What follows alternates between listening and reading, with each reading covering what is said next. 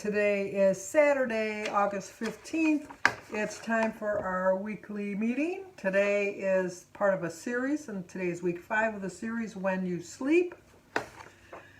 So, how did I do on my diet? I shouldn't call it a diet. How did I do this week on my weight is what I meant to say. So let me see how, let's together, well, I already know, but let's look and see how I did.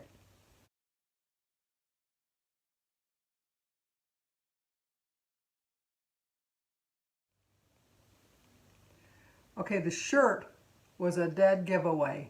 I gained 2 pounds. And you know, when I got on that, I was like in total disbelief, and I did use a few choice words. I really did. I really used a few choice words because I was so upset and pissed. I'm really pissed because I don't think I deserved it. I really, really, truly don't think I deserved it. So first thing I did was I got out my notebook with my tracker and looked to see what I ate that was so bad that I gained 2 pounds. And the only thing I can think of, and I'm not making excuses because, you know, I gained it. I own it. I have it. It's on my body. The scale told me that. But I'm not going to let the scale define me this week. But, you know, it's a fact. I gained 2 pounds. As much as I don't want to admit it, I gained 2 pounds. And I have to keep saying it because it's like I gained 2 pounds. Because now I'm back out of the 09s, the aughts, as I used to like to call them. And it's just part of the course of my journey.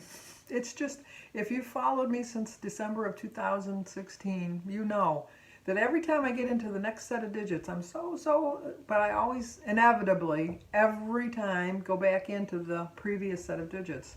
I've never stayed, well, I take that back.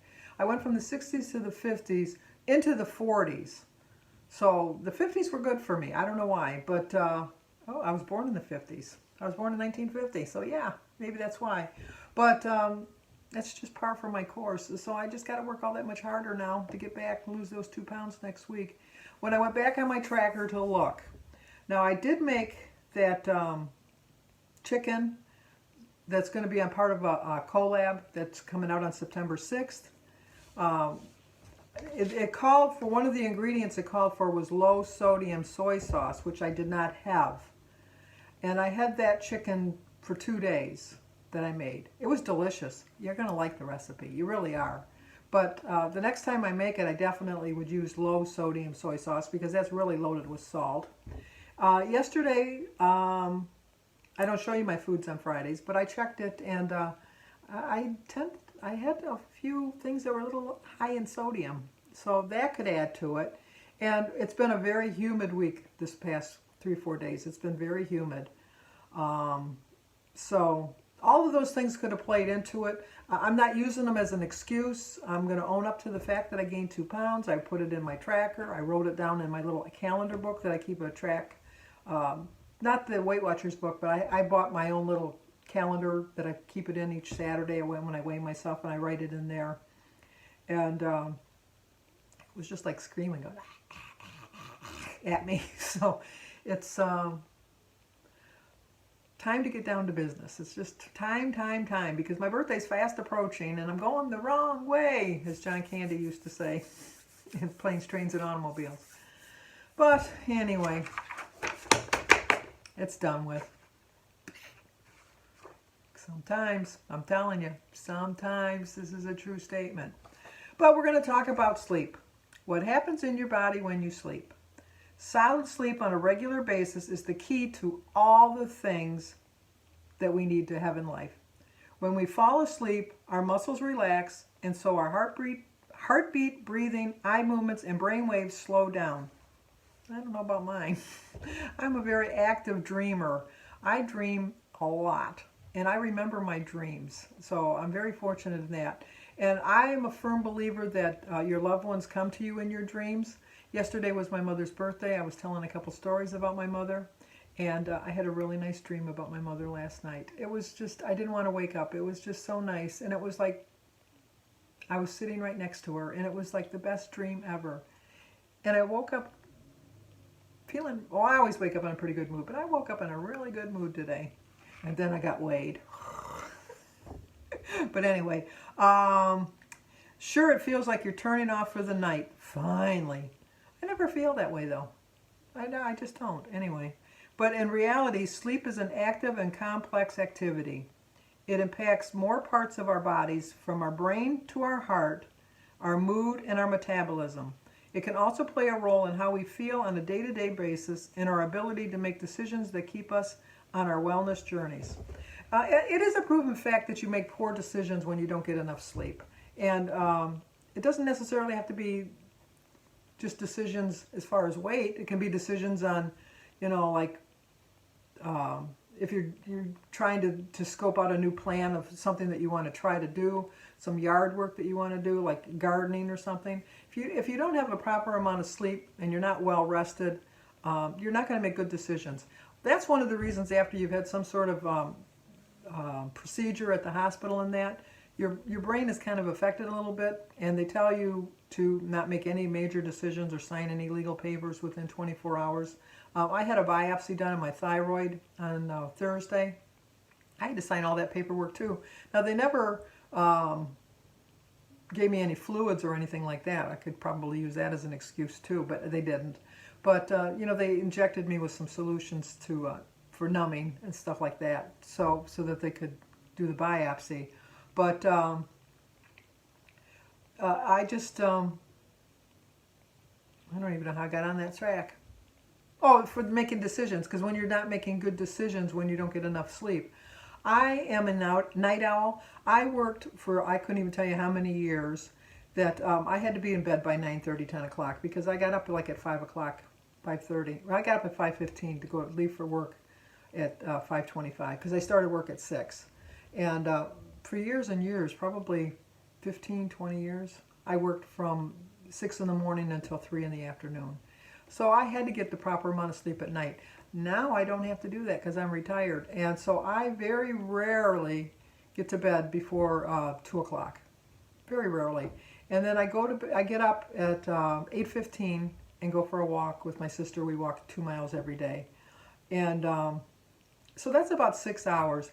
I'll be honest to tell you that I do kind of nod off in the chair between 9 and 10 for, maybe 15 or 20 minutes for a quick little cat nap in the chair.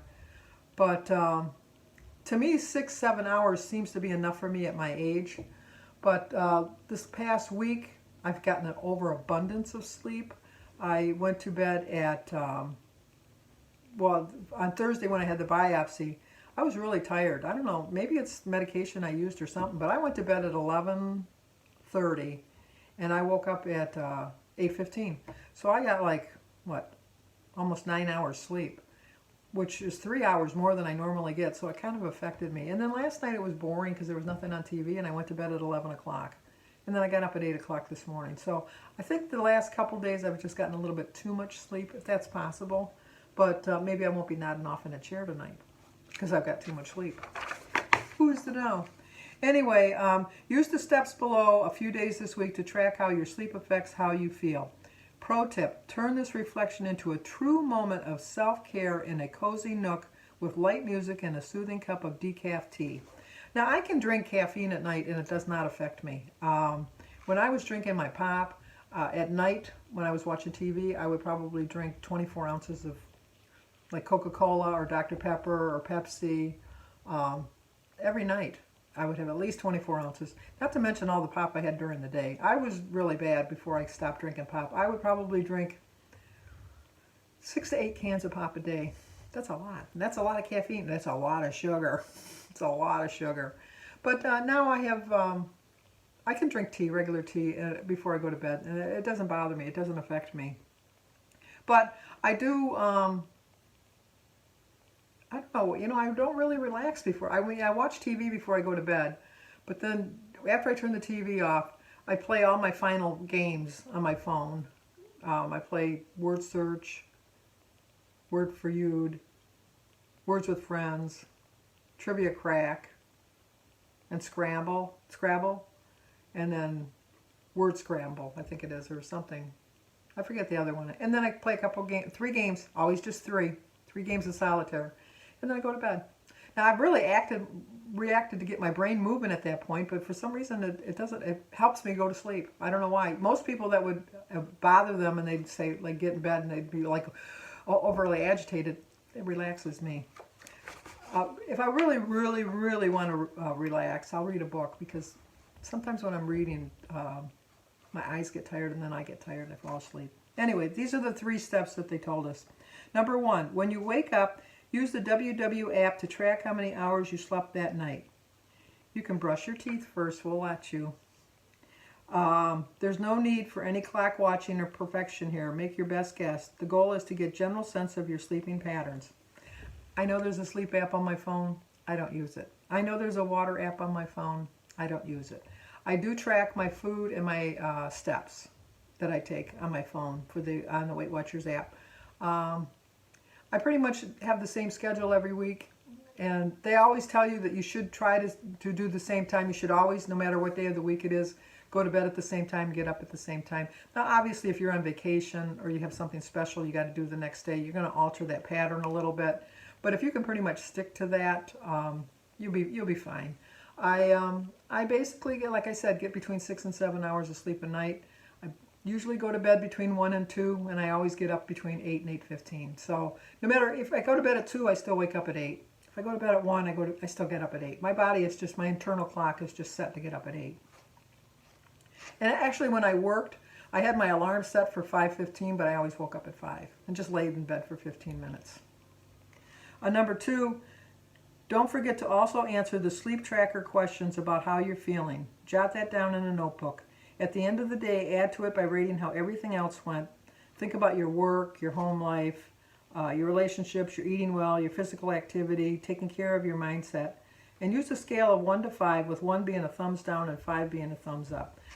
I would say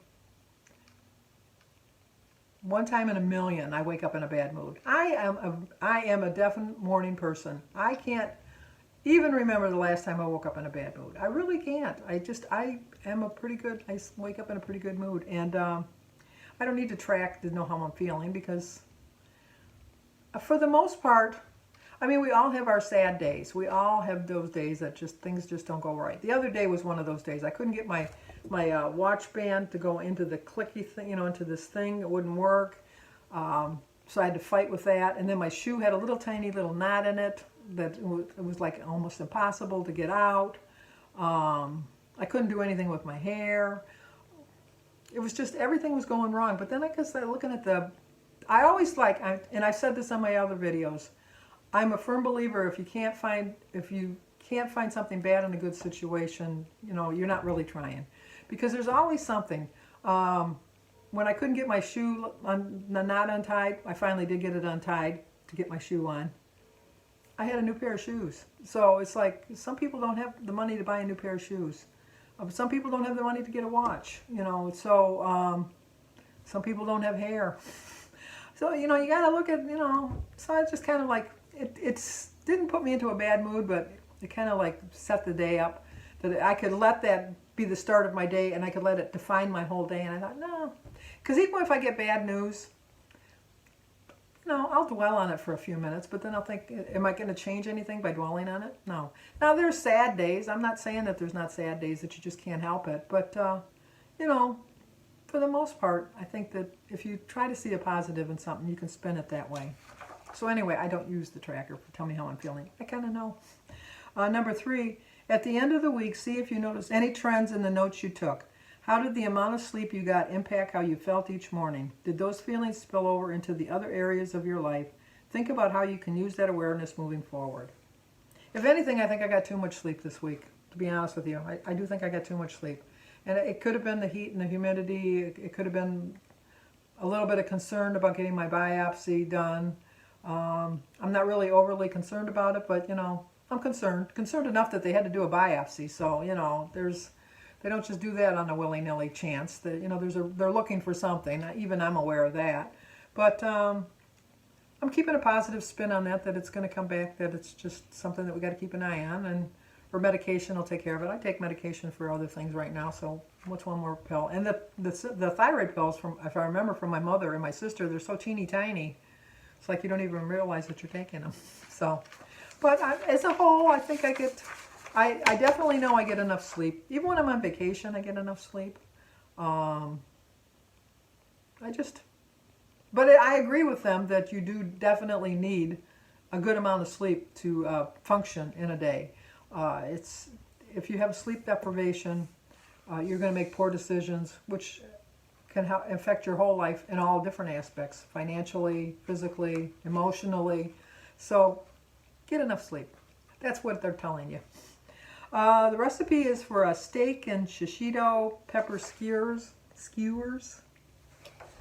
Right off the bat, it calls for low sodium soy sauce. You know, I have the soy sauce though, and I did notice when I bought it that it wasn't low sodium. I really don't have that much left in there. I do have, well, other than the peppers, I do have most of the ingredients. But it's just, you know, some things you just look like, yeah, that's something I want to try. And this is one of those things that, yeah, I don't want to try it. No, not so much. But if you try it, let me know. So, anyway, 2-pound gain. Next week will be better. Broke my record now. Well, not broke my record. I stopped. I got to start again because I was 5 weeks without a gain, which is good. So now I got to start the streak going again. So remember, make sure you get enough sleep. If you're new to my channel, please subscribe, leave a comment, hit that like button, share it if you think somebody might like to see it, and just know I'm going to have a loss next week. I just know it. I just know it. So as always, stay safe. Okay, here's week 5 of the weekly series of what happens in your body. And this week they're talking about when you sleep. This week I think I got a little bit too much sleep, if that's possible. But I had a lot going on. So I did a lot of sleeping. Falling asleep in the chair too.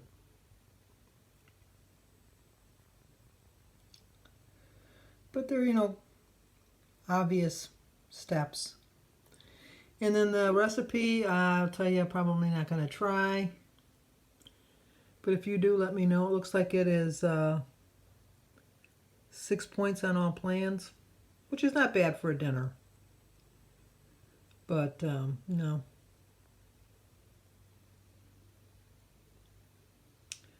So if you try it, let me know. There you go.